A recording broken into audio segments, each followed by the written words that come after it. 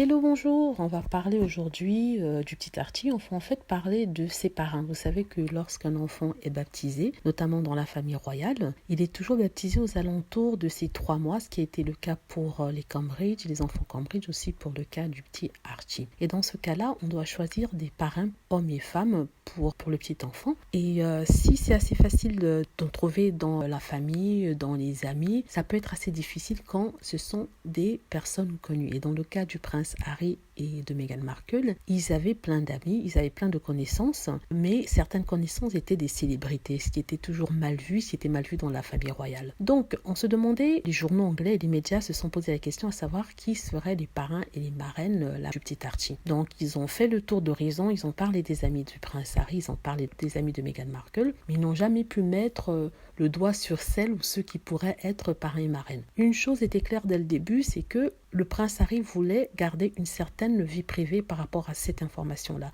Il voulait conserver le nom des parrains et marraines secrets afin que la presse ne puisse pas avoir ce nom-là. Je vous dirai d'ailleurs pourquoi plus tard. Sachant qu'en Angleterre, les noms des parrains sont automatiquement révélés par la paroisse dans laquelle l'enfant est baptisé, dans une sorte de liste sur laquelle, lorsqu'il y a le baptême, on écrit le nom de l'enfant et on écrit le nom des parrains. Pour que cela n'arrive pas, le prince Harry a choisi de faire baptiser son enfant dans une paroisse, dans une église privée, c'est-à-dire une église qui appartient à la reine, donc il n'y a pas de besoin de transparence, il n'y a pas de nécessité de transparence par rapport à cela. Ils n'ont pas besoin de poster la liste des témoins de façon publique sur la place publique pour que tout le monde sache.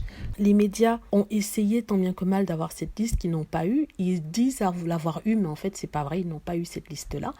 Toutefois, il y a une chose qui a été mentionnée qui peut être vraie, c'est que les sœurs de Diana faisait partie des marraines du petit Archie. Ça a été confirmé d'ailleurs même par le prince Harry en quelque sorte. Mais du côté des parents, on n'a pas beaucoup de noms. Ils ont essayé d'imaginer qui pourrait parmi les amis du prince Harry être parrain ou marraine. Pourquoi le prince Harry et Meghan Markle n'ont pas voulu révéler cette information? Tout simplement parce que lorsqu'ils révèlent quelque chose qui est lié de près ou de loin à eux, les médias et les fans s'empressent de disséquer toute cette information. C'est-à-dire que s'ils révèlent le nom de monsieur Jacques Paulet, qui est le nouveau parrain du petit Archie, ça c'est un exemple, ils vont rentrer dans la vie du pauvre monsieur Palais, ils vont regarder où il vit, avec qui il vit, où son argent vient, comment il investit son argent, qui est son patron. Donc le prince Harry et Meghan ne voulaient pas ce genre d'intrusion dans la vie personnelle des futurs parrains de son enfant, dont ils n'ont pas nommé le nom, ce qui est tout à fait compréhensible. Certaines personnes s'octroient le droit de savoir de qui sont les parrains de Harry parce que soi-disant ils payent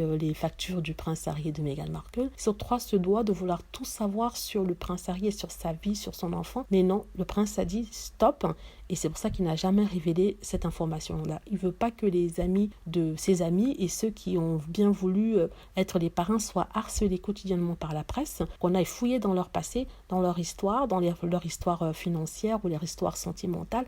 Il ne veut pas d'une telle chose. Il connaît très bien la presse parce qu'il sait, il a vu ce qui est arrivé avec sa maman. Donc pour ceux qui me posaient la question justement à savoir pourquoi il n'avait pas révélé cette information-là, parce que s'il avait fait, on l'aurait laissé tranquille, c'est faux. Comme je lui ai dit, on ne l'aurait pas laissé tranquille.